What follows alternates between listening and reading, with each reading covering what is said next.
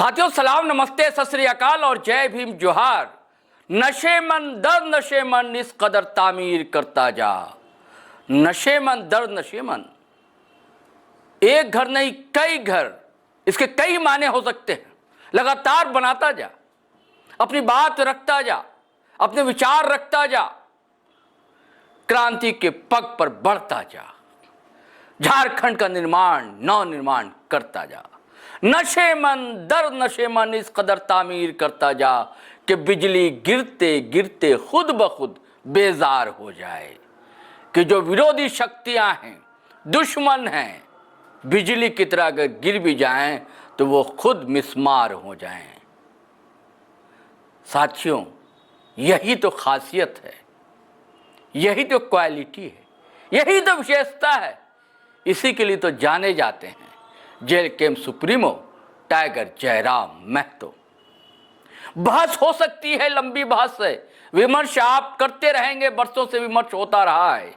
लेकिन आज की तारीख में जो स्थिति है, आज जब विनोद बाबू की हम जयंती मना रहे हैं, तो उन्हीं के रास्ते पर चलते हुए अपने समाज के लिए जो बीड़ा उठाया है, एक नए मसीहा बनकर जो उभरे हैं टाइगर जयराम महतो, उन्होंने आज बड़ी बात कह दी है और साथ ही बोलती भी बंद कर दी है। जो महतो वोट की राजनीति करते हैं, उनके वोट पर चुनाव जीतते हैं, विधायक बनते हैं, सांसद बनते हैं, जिनके कंठ में ताला जड़ दिया है किसने, आखिर क्या है राजनीति और रणनीति की, बोल नहीं रहे हैं जब अधिकार की, हक की बात की जाती है समाज की जानिब से। उनकी बात हुई है गृह मंत्रालय से दोस्तों, होम मिनिस्ट्री से, जी समझ जाइए, अमित शाह साहब से हुई है या सेक्रेटरी लेवल के अधिकारियों से। लेकिन अमित शाह साहब से जो होम मिनिस्टर हैं, उनसे मिलने जा रहे हैं टाइगर जयराम महतो। उन्होंने कई बातें बताई हैं, कई बातें खोली हैं, परत दर परत। वही जुझारूपन, वही ऊर्जा, वही जोश और उसी जुनून के साथ हमारे युवा पत्रकार साथी हैं संतोष महतो, द लाइफ लर्नर्स वाले, उन्होंने बातचीत की है।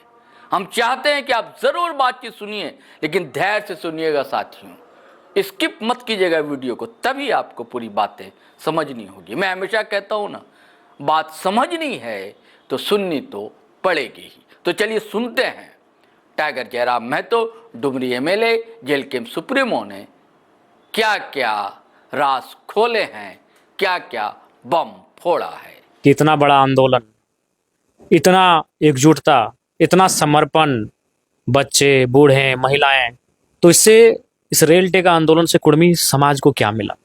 सबसे पहला बात, कई सालों बाद वो अपनी जो संस्कृति है, परंपरा है, उसकी ओर आकर्षित हुए, उसे खोजने लगे। इंसान कहते हैं ना, कभी कभी अपने आप को एकांत में खोजने लगता है या फिर साधना करके अपने आप को जानने का प्रयास करता है। तो कुर्मी समाज आज बरसों बाद अपने आप को जान रहा है, अपने आप को खोज रहा है। क्योंकि ये सच है, अधिकांश उद्योग कुर्मी की जमीनों पर बसे, कल कारखाने, कॉलोनियां, क्वार्टर उनकी जमीनों पर बने, तो स्वाभाविक सी बात है पूरे देश के लोग उनके बीच आकर रहने लगे। जब पूरे देश के लोग उनके बीच आकर रहने लगे तो बहुत सारी संस्कृतियों का, भाषाओं का, गीतों का आपस में आदान प्रदान हुआ। तो इस लिहाज से अगर देखा जाए तो इस आंदोलन में भविष्य में क्या मिलेगा, वर्तमान में क्या मिलेगा, वो तो अलग चीज है। लेकिन ये चीज, उनकी एकजुटता, उनकी तत्परता और अपने अधिकारों के प्रति सजगता देखकर ये तो हम कह सकते हैं कि वो रिवाइव करने लगे हैं। पुनर्जागरण, हम एक शब्द कहते हैं पुनर्जागरण, यानी कुर्मी समाज अपनी संस्कृति, अपनी भाषा, अपनी परंपराओं के प्रति, अपने देता भोता, अपने पर्व त्योहारों के प्रति पुनः जागृत हो रहे हैं। बीच के इन सालों में वो कहीं ना कहीं अपनी चीजों से दूर होते जा रहे थे।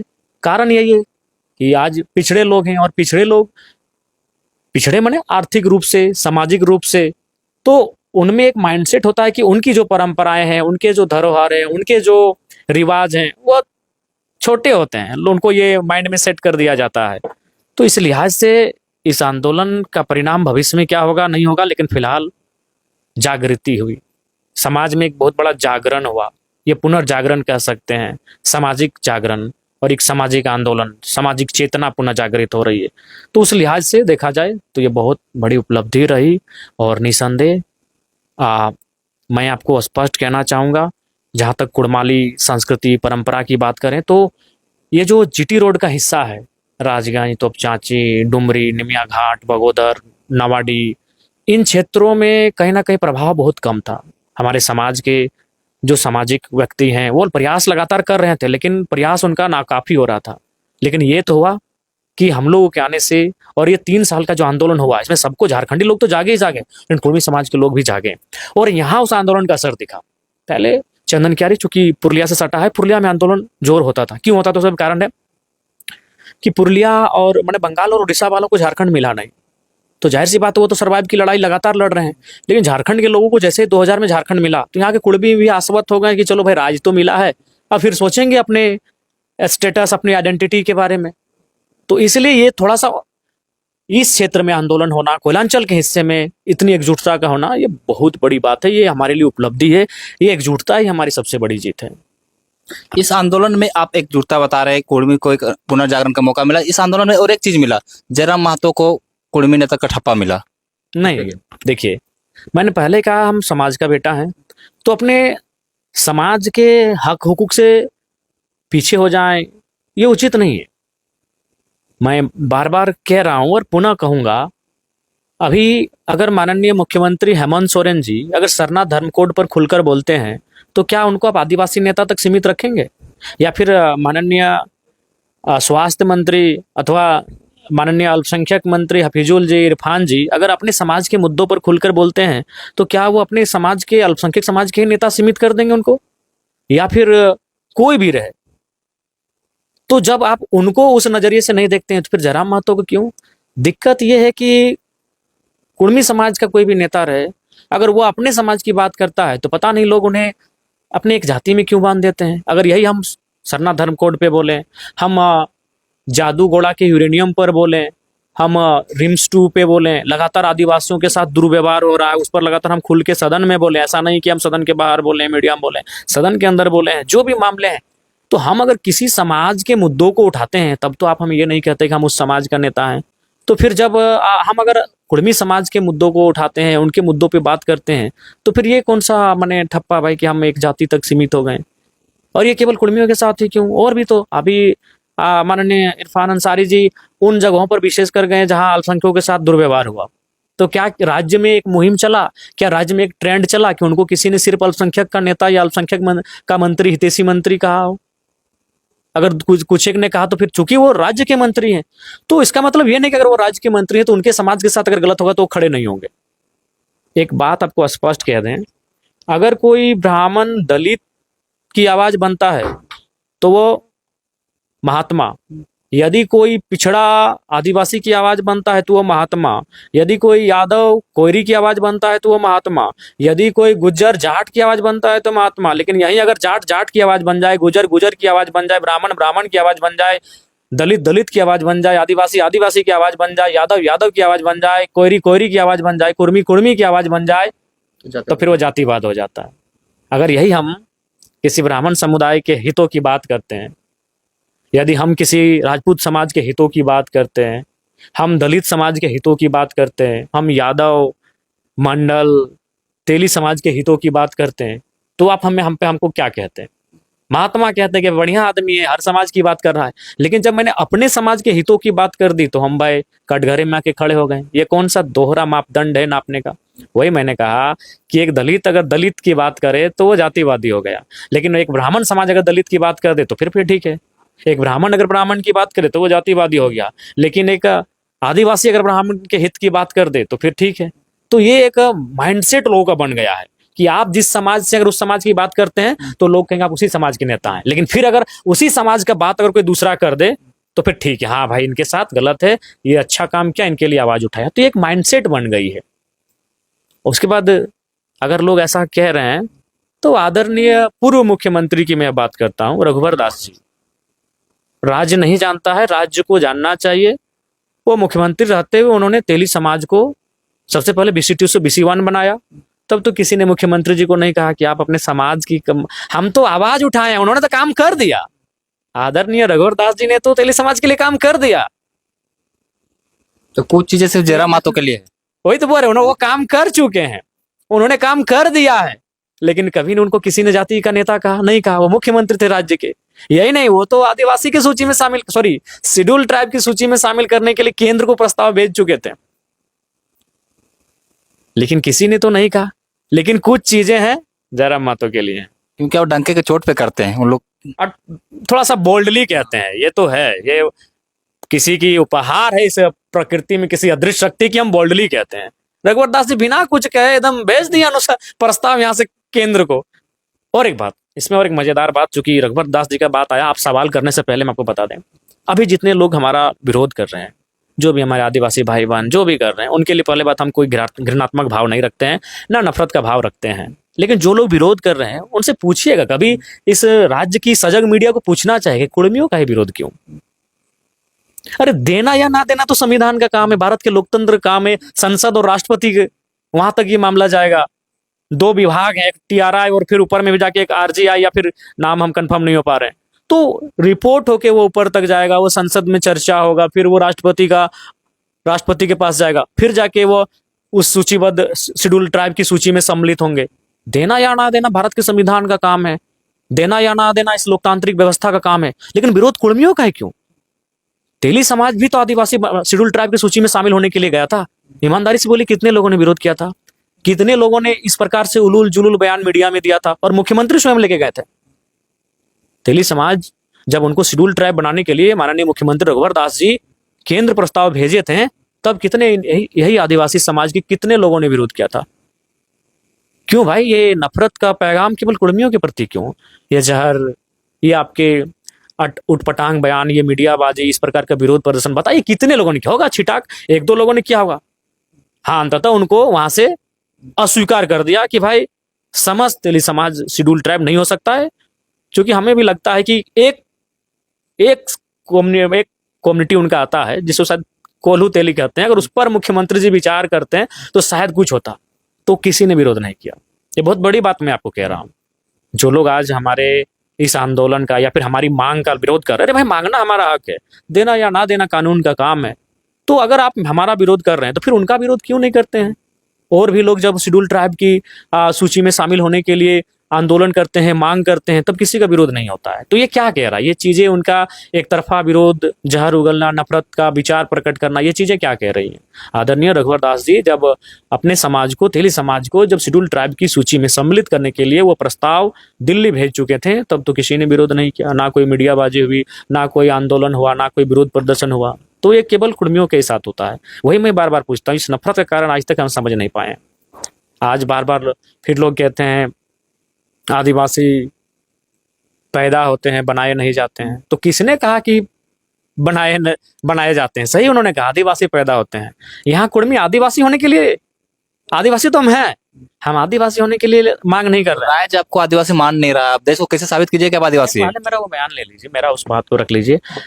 हम आदिवासी बनने के लिए थोड़ी आंदोलन कर रहे हैं। हम आदिवासी हैं, दस्तावेज पढ़िए, गैर सरकारी आदिवासी हैं। और भारत के संविधान में मूल रूप से देखा जाए तो अनुसूचित जनजाति कहा गया है।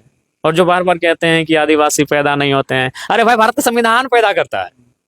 सही बात है, भारत का संविधान कुछ चीजें पैदा करता है, लेकिन आदिवासी नहीं, अनुसूचित जनजाति पैदा करता है। क्या वो लोग भारत के संविधान के बाहर हैं, या फिर भारत के संविधान को चुनौती देंगे? क्या वो अनुच्छेद 342 को चुनौती देंगे? अनुच्छेद 342 साफ साफ कहता है कि संसद को यह अधिकार है कि किसी समूह को अनुसूचित जनजाति में शामिल कर सकता है या हटा सकता है। तो बताइए पैदा हुआ कि नहीं हुआ? पैदा हुआ कि नहीं हुआ? क्या वो भारतीय संविधान अनुच्छेद 342 को चुनौती देंगे? ठीक है, जन्म से एक आदिवासी होना और सरकार के दृष्टिकोण में होना, दोनों में बहुत अंतर है। दोनों में बहुत अंतर है। तो जो लोग ये बयान दे रहे हैं, बड़ा दुर्भाग्यपूर्ण बयान दे रहे हैं। आप तो सीधा 342 अनुच्छेद जो है उसको ही नहीं मानने का बात कर रहे हैं। वहां साफ साफ लिखा है कि संसद किसी समूह को शेड्यूल ट्राइब की सूची में शामिल कर सकता है और हटा भी सकता है।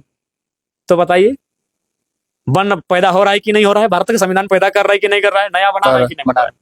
तो वही पैदा होना मतलब नया बनाना। हम जन्म से नहीं कह रहे हैं, कानूनी रूप से पैदा हो रहा है कि नहीं हो रहा है। तो हम कानूनी रूप से मान्यता लेने की बात कर रहे हो। कौन सा मान्यता? जो हमारी था, हम थे, हम सूची में थे, हम पुनः रिशिड्यूल होने की बात कर रहे हैं, हम पुनः लिस्टेड होने की बात कर रहे हैं। हम तो थे। उनसे यही पूछिए कि हम थे कि नहीं थे। जो लोग आज आके कह रहे हैं उनसे पूछिए हम थे कि नहीं थे।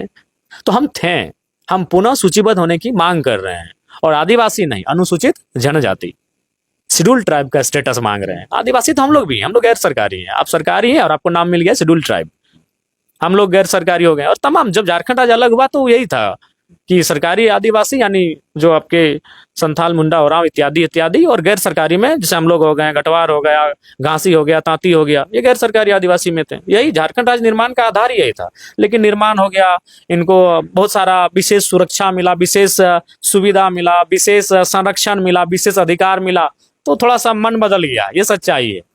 तो इसलिए उनको जानना चाहिए, भारत का संविधान 342 स्पष्ट कहता है कि संसद आदिवासी ने अनुसूचित जनजाति की सूची में किसी समूह को शामिल भी कर सकता है और हटा भी सकता है।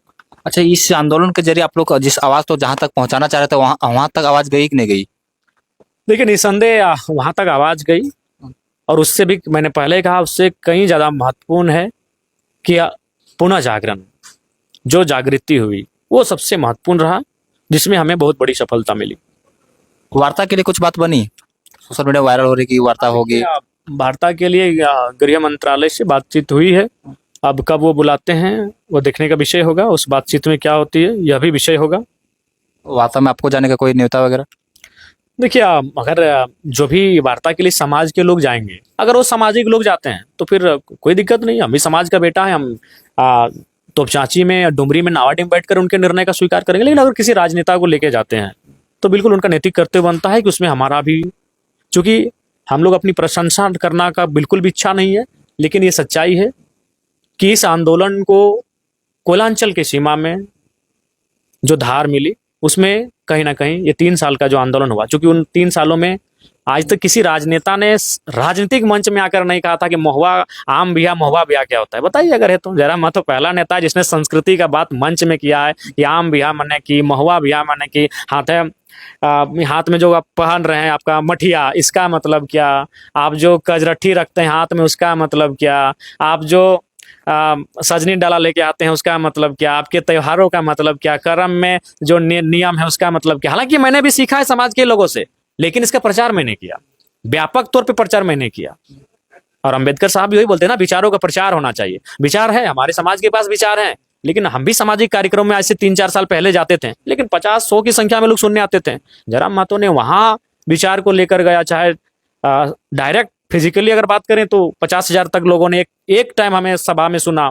अगर आप आज जाके देखें तो मोबाइल में कई, हमको लगता है अनगिनत बुजुर्गों ने अपने घर में जिद करके मोबाइल खरीदवाया है कि हम जयराम का भाषण सुनेंगे।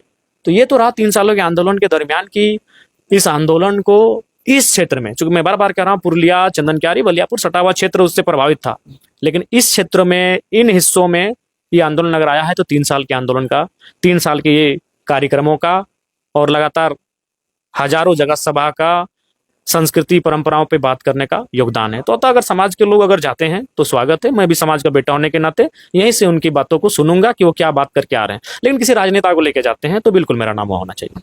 अच्छा, ये चीज आंदोलन में और एक 2 चीज हुई। आंदोलन, रेल टेक आंदोलन इससे पहले भी हुई थी, इसमें से कुछ लोगों की मुंह बंद होगी, कुछ लोगों ने दोबारा मुंह खोलने की कोशिश की। कुछ लोग आंदोलन पहले जो होते थे वो नजर नहीं आते थे, और इस बार कुछ खास हुआ कि वो लोग को भी नजर आना पड़ा। तो इसके पीछे कारण आप? बिल्कुल, मैंने जब स्पष्ट स्टेटमेंट दे दिया, मैं किसी का नाम नहीं लूंगा, लेकिन आप जाके देख सकते हैं इससे पहले कितने आंदोलन हुए। वो बरसों से, हमें लगता है वो कई बरसों से राजनीति में हैं, जीते हुए हैं, मंत्रालय तो, विधायक तो, सांसद सभी रहे हैं, लेकिन ना किसी का ट्वीट होता था, ना किसी का ऑफिशियल स्टेटमेंट होता था। ये तो पहली बार है कि भाई बड़े लोग भी आज आए हैं। पिछली बार हमको लगता है डॉक्टर लंबोदर जी के अलावा और शायद कोई प्रयास भी नहीं हुए। गए थे, प्रयास किए थे किसी रेल टेका में शामिल होने का, लेकिन उनको डिटेन कर लिया गया था वहां जाने से पहले। लेकिन उसके अलावा किसी ने ना ऑफिशियली स्टेटमेंट हुआ करता था, ना कोई बात करता था। लेकिन मैंने जब मुखर होकर बात को कह दिया, जब मैंने स्पष्ट कह दिया समाज आगे, पार्टियां बनती हैं, आती हैं, जाती है, इंसान 60 साल का होता है, समाज हजारों सालों का है, तो उससे तो कहीं ना कहीं ये प्रभाव हुआ कि सभी बड़े नेता, पुराने नेता, सबको लगा कि इस पे बात करनी चाहिए। उसके बाद भी हालांकि बहुत सारे नेता रहे जिन्होंने बात नहीं किया। टुंडी विधायक बात नहीं कर पाए, सिंदरी विधायक बात नहीं कर पाए, सिल्ली के विधायक बात नहीं कर पाए, रामगढ़ की विधायक बात नहीं कर पाए, गोमिया के विधायक बात नहीं कर पाए, चागढ़ की विधायक बात नहीं कर पाए, जमशेदपुर के सांसद भी बात नहीं कर पाए इस कार्यक्रम को लेकर। क्या मजबूरी उन लोगों की? पता नहीं, वो तो मजबूरी वो जाने, कम से कम वो तो वही जाने। वही आप बोलते हैं कि समाज सबसे पहले आता, तो क्या उन लोगों को नहीं लगता कि समाज के नाते बोलना चाहिए? नहीं, उनके लिए शायद अपना परिवार या फिर अपने परिवार के लिए एक बेहतर भविष्य बनाना, अपने कुछ खास लोगों के लिए बेहतर भविष्य तैयार करना होगा, तो उनकी प्राथमिकता होगी। देखिए, जबकि सबसे ज्यादा रिस्क तो जरा मतों का था, क्योंकि सभी आप जानते हैं कि हम एक नया पार्टी है, नया वोट है मेरा मेरा वोट नया वोट है। हमको कहाँ से दोबारा 29 में हम किस समीकरण से जाएंगे, क्या बोल के हम वोट लेंगे? बाकी उनका तो सभी जानते हैं कि उन लोग का एक समीकरण से वोट आता है। वो कुछ भी अगर बोलते हैं तो जो मोदी जी को वोट देने नहीं देना चाहता है वो उन्हीं को देगा, और जो लोग मोदी जी को वोट कर देख के देते वो कुछ भी बयान दे फिर उन्हीं को देगा। तो दो ध्रुव में तो अभी झारखंड हमारे देश की राजनीति है, एक नरेंद्र मोदी और एक नरेंद्र मोदी का ऑपोजिट। तो यही दो के आधार पे तो वोट होता है, और हम उन दोनों में नहीं है ना, हम उनके साइड है ना उनके ऑपोजिट में। हम तीसरा समीकरण लेके आए हैं, तो सबसे ज्यादा चैलेंजिंग तो मेरा था कि भाई हम क्या बोले नहीं बोले। और सही बात है, इसी समय हमारा ग्राफ बढ़ रहा था, इसी समय अन्य विशेषकर आदिवासी समाज के बहुत सारे लोग हमसे जुड़ रहे थे। अब टूटने भी लगे हैं बयानबाजी। उसके लिए कोई दुख नहीं है हमें, लेकिन जो सच्चाई है उस पर हम नाता नहीं तोड़ेंगे। हम बार बार कह रहे हैं, अगर खुद की राजनीति करने आते हैं तो हम भी समझौता कर लेते हैं और अपने उज्जवल बेहतर भविष्य को देखते हैं कि अगर हम मौन रह गए तो इससे हमको क्या व्यक्तिगत लाभ होगा। लेकिन हम व्यक्तिगत नहीं आए हैं। मैंने देखिए, और एक बात, अगर हम एक संपन्न समाज का बेटा होते, जैसे हम विकास देवी कीर्ति सर को देखते हैं, वो अपने समाज के खिलाफ भी बोल जाते हैं, क्योंकि उनको लगता है कि उनका सही बात, उनका समाज संपन्न है। हालांकि झारखंड में तो उनका समाज भी ठीक ठाक स्थिति में नहीं है। अब छोड़िए, वो किस समाज की वो चर्चा नहीं करेंगे, क्योंकि उनके समाज से हमारा कोई ना सिकवा गिला है ना शिकायत है, उदाहरण दे रहे हैं। तो अगर हम संपन्न होता मेरा समाज तो हम भी मुकर जाते बात करने से। लेकिन 3 सालों में मैंने देखा, अगर हास्य में आज कोई खड़ा है तो हमारा समाज खड़ा है, और अगर हास्य में खड़े समाज का हम बात ना बन कर पाए तो हम वो कहते हैं ना, घर है बाबू ने तो बाहर है बाबू बन के की कर में। अरे आपका, अगर मेरा समाज संपन्न होता, मेरा समाज अगर सबल होता, तो निसंदेह हम भी बोलते यार चलो सबको अभी लेके चलना है और राजनीति को बृहद बनाना है। लेकिन मेरा ही समाज सबसे हास्य में है। आज लगातार लोग बात करते हैं, तर्क देते हैं कि हम लोग संपन्न हो गए हैं, आर्थिक रूप से संपन्न है। तो अभी जेपीएससी का रिजल्ट जारी हुआ, 350 हुआ, 4 गो मात्र कुर्मी का हुआ। हम कैसा संपन्न हुए भाई? आज पूरी दुनिया पूरा देश सामाजिक न्याय की बात करता है, सबके लोगों की भागीदारी की बात करता है। हम 4 गो हुए, 4 या 5 गो, 350 में परसेंटेज निकालिए तो कितना होता है? 1.25% होगा, 1.25% होगा, 1.25%। और हमारी आबादी, हम तो न्यूनतम कहते हैं कि 15% है। लोग कोई 20 कहता है, कोई 18 कहता है, कोई 16 कहता है, कोई 22 कहता है, कोई 24 कहता है। हम न्यूनतम कह रहे हैं, चलिए 15% है। और कितना हम लोग आए? 1.25%। 5 गो 1.25% ही होगा, उसी आसपास में होगा, एग्जैक्ट कौन गिनने जा रहा है? तो ये जो बार बार कहते हैं कि हम, तो अगर मैंने अपने समाज को देखा कि यार हर एक तरह से हम काफी, बस 10 गो विधायक हमारे पास है, ओनली 10 विधायक और 2 सांसद। चूंकि आबादी है तो भाई वो तो खुद वोट देते हैं, तो इसीलिए बन के आते हैं। नहीं तो जो आप चले जाइए न्यायपालिका में, मोटा मोटी डिस्ट्रिक्ट जज से लेकर हाईकोर्ट के जज में चले जाइए, हमें नहीं लगता है ढूंढने से एक मिलेगा। आप एसडीओ से लेकर डीएसपी के रैंक में चले जाइए, ढूंढने से हमें नहीं लगता है कि 5-6 को मिलेगा। तो जब मैंने देखा कि हमारा ही समाज सबसे हास्य में है और मैं अपने हास्य में पड़े समाज की अगर बात ना करूं तो भाई मुझे उचित नहीं लगा। तो इसलिए मैंने कहा कि राजनीति होना ना होना, चुनाव जाके भविष्य में जीतना या ना जीतना अलग बात है, लेकिन इस समय समाज को आवश्यकता है मेरी बुलंद होकर उनके मुद्दों को बात करने की, और मैंने बात किया। आप अपने समाज की जहाँ पर बात रखते तो कुछ लोगों को मानना है कि आप समाज का बात नहीं रखते, बस लोगों को लड़ाने का काम करते हैं। नहीं, क्यों लड़ाना भाई? मतलब हम भूखे रहे तो आप मजा है, तब कुर्मी भाई बढ़िया है।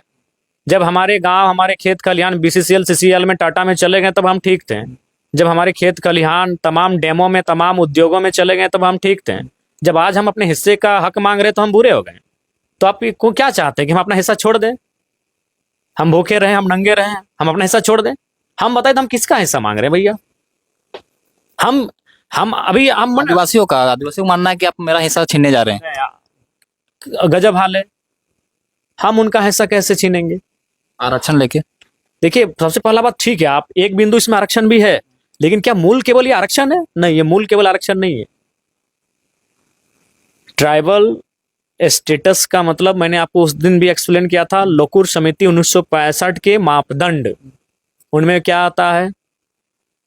जो primitive traits, distinct culture, geographical isolation, shyness in contact, backwardness, तो 5 चीजें हम पे हैं। हम प्राचीन हैं, हमारी व्यवस्था, आप यूएन के रिपोर्ट को पढ़िए, वो भी इंडिजिनस होने के लिए क्या कहती है, क्या मापदंड कहती है, उसमें भी हम फिट बैठते हैं। तो ये केवल आरक्षण की लड़ाई नहीं है, ये लड़ाई एक बहुत पुरानी जो संस्कृति हमारी है उसे सुरक्षित रखने की भी लड़ाई है, नहीं तो वो संस्कृति भी हमारी धीरे धीरे समाप्त हो जाएगी। हमारी एक बहुत बड़ी प्राचीन भाषा है कुड़माली, उसे सुरक्षा देने की लड़ाई। अच्छा एक बात बताइए, तोपचाची कुड़मी बहुल क्षेत्र है कि नहीं? है। हमें लगता है तोपचाची में, हम अभी तोपचाची में बात कर रहे हैं, तोपचाची में कुड़मी के का और मुस्लिमों का आबादी पहले ही मैंने ही लोग आगे ऊपर, उसके बाद जो भी है इनसे कम आबादी पॉपुलेशन है। डुमरी इसके बाद आता है, वही फिर कुड़मी पॉपुलेशन ठीक ठाक है। बगोदर भी जाएंगे तो कुड़मी पॉपुलेशन ठीक ठाक है। नावाडी भी तो फिर बहुत ज्यादा कुड़मी पॉपुलेशन है। बलियापुर में आप बताइए, इतने जो हाई स्कूल हैं, इतने जो मिडिल स्कूल हैं, इतने जो प्राइमरी स्कूल हैं, कितने में कुड़माली भाषा है? किसी में आप चले जाइए बाकी जो, कहाँ है हमारी भाषा? तोपचाची यार हमारी बहुलता है, हमारी भाषा है कुड़माली, स्वतंत्र भाषा है, कितने स्कूलों में पढ़ाई जाती है। यही बगल में टीएपी है, 100% जमीन हमारी जमीन पर टीएपी बना है। 100% जमीन कुड़मियों की है टीएपी बनने में। उस टीएपी जो सरकारी स्कूल है, क्या वहाँ उर्दू पढ़ाई होती है, वहाँ संस्कृत पढ़ाई होती है, लेकिन कुड़माली नहीं होती है। वाह भाई, मैंने हम अपना हिस्सा मांगे तो हम अपराधी हो गए हैं। ये गजब का लॉजिक है, बगल में है। ये हमारा शुद्ध रूप से कुड़मियों की जमीन पे टीएपी स्कूल है। देवी महतो स्कूल शुद्ध रूप से कुड़मियों की जमीन पर है। आपका झारखंड कॉलेज शुद्ध रूप से कुड़मियों की जमीन पे वो कॉलेज है। आपका भूषण महतो, भूषण हाई स्कूल शुद्ध रूप से कुड़मियों की जमीन पर है। क्या भाई वहाँ कुड़माली भाषा पढ़ाई होती है? नहीं। हमारी जमीन पे स्कूल बना है, टीचर उत्तर प्रदेश बिहार से आ गए, वहां संस्कृत उर्दू तक पढ़ाई होती है। कुड़माली क्यों नहीं? इसीलिए लड़ाई है कि हमारी भाषा खत्म हो जाएगी। लेकिन लोगों को भाई पता नहीं है नफरत क्यों कर रहे हैं। हम जब अपने हिस्से से अधिक मांगेंगे, आप हमको नफरत नहीं, आप हमको पूरा हमको जला दीजिए, हम लोग मानेंगे। हम अभी फिलहाल अपना हिस्सा मांग रहे हैं। बोले टीएपी हाई स्कूल यही है, 7% जमीन कुड़मियों की है, और कुड़मे में हमारा गुष्टी का है, सखवार लोग का है। अब देखा जाए, जब भी कोई समाज में कोई नेता उभरता है तो वहाँ पे तुलना किया जाता है कि समाज का सबसे बड़ा नेता कौन। अभी जब से आदिवासी कुर्मी आंदोलन चला, उसमें अभी फिर ट्रेंड में चलने लगा कि कुर्मी समाज का सबसे बड़ा नेता कोई सुदेश महतो बोलता है, कोई जयराम महतो बोलता है। तो इस पे क्या नजर आपको क्या इन सब चीजों पे हम लोग बहस नहीं करना चाहेंगे और इस सब तुलना भी नहीं करना चाहेंगे। हमें लगा कि भाई इस समाज की बात होनी चाहिए, एक शोषित समाज है, एक वंचित समाज है, इस समाज की बात होनी चाहिए। मैंने बात किया। अभी चलिए अब हम वहाँ उदाहरण देते, विनोद बिहारी महतो विश्वविद्यालय, विनोद बाबू की मातृभाषा क्यों कुड़माली? क्यों कुड़माली में इतने लोग पदयात्रा कर रहे हैं, संघर्ष कर रहे हैं, अभी तक पढ़ाई नहीं हो पाया है। आप फ्रेंच और जर्मन भाषा पढ़ाने लगे यहाँ पे, सुने विदेशी भाषा पढ़ाई शुरू हो गया यूनिवर्सिटी में, लेकिन कुड़माली नहीं। तो इस आंदोलन को समझना होगा, ये कुड़मियों के अस्तित्व का सवाल है। मैंने आपको उदाहरण दिया, हमारे बाप का, हमारे दादा परदादा का जमीन, हमारे पूर्वजों का जमीन, चारों तरफ आप जहां देखें उनकी जमीन पर ये तमाम विद्यालय विश्वविद्यालय स्थापित है, लेकिन हमारी भाषा नहीं है। पर आप हमको यार गलत दृष्टि से देख रहे हैं। हम लोगों ने हमेशा त्याग किया है, खून का मांगा तो हमने निर्मल शक्ति सुनील के रूप में खून दिया है। जमीन मांगा तो स्कूल कॉलेज तो छोड़िए दीजिए, तमाम कल कारखाना हमारी जमीनों पर है। तो आज हम वही अपना हक हिस्सा मांग रहे हैं भैया, कि हमें तो बचने दीजिए, हमें हमारे अस्तित्व को तो रहने दीजिए। और अस्तित्व तभी रहेगा जब आप अपनी जो वास्तविक पहचान है, क्योंकि हम उस समय प्रिमिटिव ट्राइब्स, एबओरिजिनल ट्राइब्स, एबओरिजिन्स, इन नामों से जाने जाते थे। और हमारे साथ बाकी जो आदिवासी समुदाय जो भले हमारा आज विरोध कर रहे हैं, वो भी हमारे साथ थे। अच्छा, यहाँ तक बात आती तो जब ये 1951 की बात आती है कि जब आदिवासियों को से आप लोग को कुर्मी समाज को हटा दिया गया, तो उस समय वहाँ के जो नेता थे कहीं ना कहीं गलती किए होंगे, तब उस समय आंदोलन करना चाहिए। आपको उसी इंटरव्यू में कहा था साफ साफ कि बहुत बड़ी गहरी साजिश है। मैं और एक साजिश पे अध्ययन कर रहा हूँ। जब मेरा अध्ययन पूरा हो जाएगा, जब मेरी जानकारी पूरी हो जाएगी मेरे विवेक के अनुसार, तो उस पर मैं एक जोरदार इंटरव्यू दूंगा और उस पर भी बहुत लोगों का दिमाग खुलेगा। लेकिन उस पर मेरा अभी अध्ययन चल रहा है। लेकिन मैंने प्रमुख जो आपको कहा, पूंजीपति वर्ग, सत्ता के लोग और कुछ ऐसे लोग जो हम चाहते थे कि इस राज्य में जो शेड्यूल ट्राइब है उनकी संख्या कम बनी रहे, ताकि इस राज्य में हमें यहाँ के संपदाओं का दोहन करने में सुविधा हो। और टाटा का योगदान हम हमेशा कहेंगे, क्योंकि पूंजीपतियों के बिना कोई कानून बना नहीं है, कोई छल कपट हुआ नहीं है। तो ये तो मैंने आपको स्पष्ट कहा है उस समय, इसीलिए हमें उस लिस्ट से ड्रॉप किया गया ताकि इजीली हमारी जमीनों का अधिग्रहण हो सके। हम बार बार चीज़ों को कहेंगे। आज अभी देखिए, आज जो आदिवासी समाज हमारा विरोध कर रहे हैं उनको खुद अध्ययन करिए ना। आज रांची की जमीनें उनकी थी, मैं कह रहा हूँ रांची की जमीनें शायद उरांव समाज के लोगों की, मुंडा समाज के लोगों की, या थोड़ी संताल समाज के लोगों की जमीनें थी। आज क्या परिस्थितियां हैं, और उसमें लगभग 4000 से ज्यादा आदिवासी लोगों की हत्या हुई इस जमीन के लिए। तो समझिए, जमीन के लिए महत्वपूर्ण सबसे पहला चीज, जमीन के लिए ही हमें वहां से बेदखल किया गया है, ताकि हमारी जमीनों को इजीली लिया जा सके, इजीली ट्रांसफर किया जा सके। पहला महत्वपूर्ण कारण था। तो ये तो मैंने आपको पहले भी कह चुका हूँ। आप अपनी मांगे सरकार से मांग रही है, सरकार को दे या ना दे बात की बात है, पर अब आदिवासी को लगता है कि जयराम महतो जब से आए हैं तो हमारे अधिकार को छीनने की कुछ ज्यादा ही कोशिश कर रहे हैं, तो उन आदिवासी भाइयों को क्या कहिएगा? देखिए, ये संवैधानिक मांग है और सरकार को विचार करना चाहिए। यदि आपको लगता है तो आप सरकार वाले दो समुदाय आ ना, गए आपस वो सरकार से कहें, वो सरकार से बात करें। हमारे खिलाफ अनर्गल बातें करने, जहर उगलने की आवश्यकता नहीं। वो सरकार से कहें, अपना तर्क सरकार को दें और ईमानदारी से कहिए ना भाई कि आज हमारी क्या स्थिति है। 10 विधायक और 2 सांसद के अलावा हमको ढूंढ के दिखा दीजिए कहाँ हम हैं, इतना ईर्ष्या का कारण क्या है। वही तो हम बार बार कहते थे, नफरत का कारण क्या है। शायद जेएमएम के कुछ साल पहले 2008 या 2004 के मैनिफेस्टो में भी शायद था। सुनिए और एक बात, आज आप कह रहे हैं जेएलकेएम कुर्मियों की पार्टी है, जेएमएम भी कुर्मी की पार्टी है, जेएमएम भी कुर्मी की पार्टी है, दे दीजिए जेएमएम। किसकी पार्टी है? विनोद बाबू के पैसे से बनी पार्टी है। आज चूंकि देखिए, यहाँ का जो बुद्धिजीवी वर्ग इस राज्य का है वो जानता है कि आदिवासी समाज के पास सत्ता है, सरकारी आदिवासी है ना, उनके पास सत्ता है।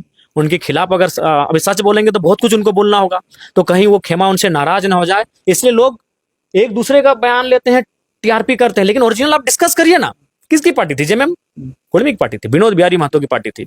अगर वह आदिवासी की पार्टी थी तो संथाल में उसका स्थापना क्यों नहीं हुआ? सिमडेगा में उसका स्थापना क्यों नहीं हुआ? उसका स्थापना खूंटी में क्यों नहीं हुआ? उसका स्थापना बोकारो धनबाद में काहे हुआ? विनोद बाबू क्या पैसा लगा था, क्लियर बात है। मैं गुरुजी का सम्मान करता हूँ, बिल्कुल सम्मान करूंगा। हम लोग आज भी जाके देखिए, हमारे घर में बिरसा भगवान की फोटो है। अब जो भी आदिवासी हैं, निर्मल महतो की फोटो दिखा दें, दिखा दें उनके पास। अरे ठीक है, झारखंड आंदोलनकारी के नाते अब निर्मल की फोटो होनी चाहिए हर झारखंड के घर में, क्योंकि सबसे बड़ा योगदान अगर इस राज्य में किसी राज्य बनने में है तो निर्मल के लहू का है। हम घोषित प्रकार हम गुरुजी का सम्मान करते, लेकिन ये सच्चाई है, गुरुजी उस समय जिस समय पार्टी बन रही थी वो आर्थिक रूप से मजबूत नहीं थे, इस बात को मानिए। 1970 में गुरुजी की आर्थिक स्थिति उतनी ठीक नहीं थी। आज उनके गांव की स्थिति ठीक नहीं, अब जाके देखिए। लेकिन विनोद बाबू वकालत करते थे, वकील थे, और उनको 2 पैसा कमाई होता था, और उनका जो क्षेत्र था धनबाद उनके घर के ठीक सामने था, वो कोर्ट में आते थे, समय देते थे। तो जेएमएम बनने में जो कागज पत्र में 10 रुपया लगा चाहे 100 रुपया लगा, आज तो खैर लाखों रुपया लगता है पार्टी रजिस्ट्रेशन होने में, लेकिन अगर उस समय 10 रुपया लगा है तो विनोद बिहारी महतो का पैसा है। पहले अध्यक्ष कौन? विनोद बिहारी महतो। दूसरे अध्यक्ष कौन? निर्मल महतो। फाउंडर मेंबर भी पता कीजिए, शिवा महतो, टेकलाल महतो, ऐसे बड़े बड़े नेता मिलेंगे कुर्मी समाज के। तो उस हिसाब से जेएमएम ही तो कुर्मियों की पार्टी हुई, और जेएमएम ने भी तो अपने घोषणा पत्र में लिखा था कि हम जब सरकार में आएंगे या राज्य अलग होगा तो हम कुर्मी को शेड्यूल ट्राइब की सूची में शामिल करेंगे। उस पर तो बात ही नहीं कर रहे अभी। बोलिए, दे दीजिए। क्या था जेएमएम का ओरिजिनल? जेएमएम का मतलब क्या है?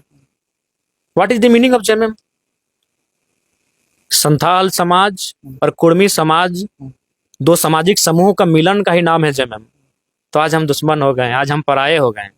क्या है जेएमएम? क्या है? विनोद बिहारी महतो का समाज और शिबू सोरेन का समाज।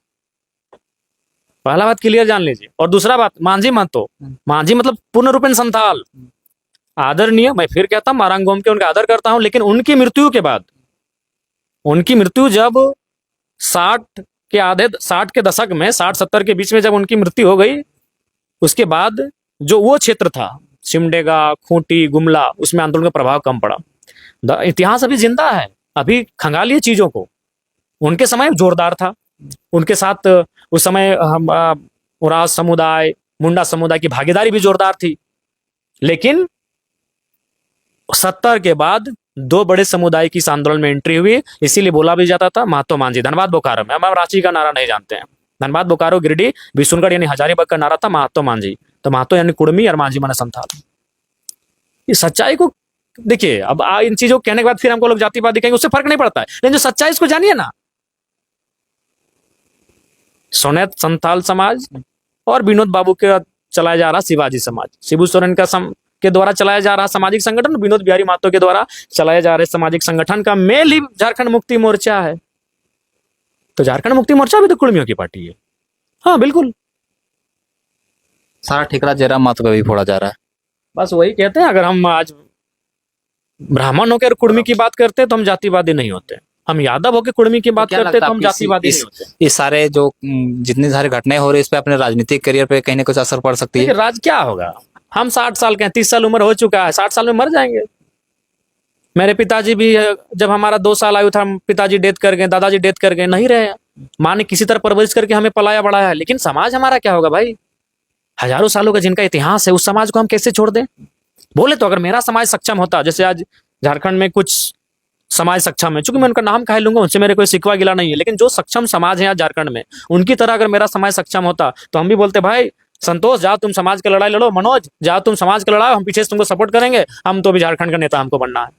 तो साथियों, आपने बातचीत सुनी, जयराम महतो ने क्या क्या बातें बताई हैं, पूरी एक रणनीति तो खोल दिया उन्होंने, और ये बात भी अब साफ हो गई कि कहीं तो कुछ संकेत है, कहीं तो कुछ इशारा है। चलिए साथियों, इजाजत दीजिए, आज्ञा दीजिए, फिर हम नए वीडियो के साथ हाजिर रहेंगे। लेकिन उससे पहले इस वीडियो को तो धड़ाधड़ शेयर कीजिए, दबाकर साथियों शेयर कीजिए, लाइक कीजिए, कमेंट कीजिए, लेकिन थोड़ा सोच कर, थोड़ा ठहर कर एक बार सोच लीजिए कि जो टाइप आप कर रहे हैं वो शब्द किसी की भावनाओं को ठेस तो नहीं पहुंचाता है। असहमति की भी गुंजाइश है, हम सम्मान करते हैं। सोच समझ कर कमेंट करें, मर्यादा भाषा की हरगिज ना लांघें। आज्ञा दें, इजाज़त दें।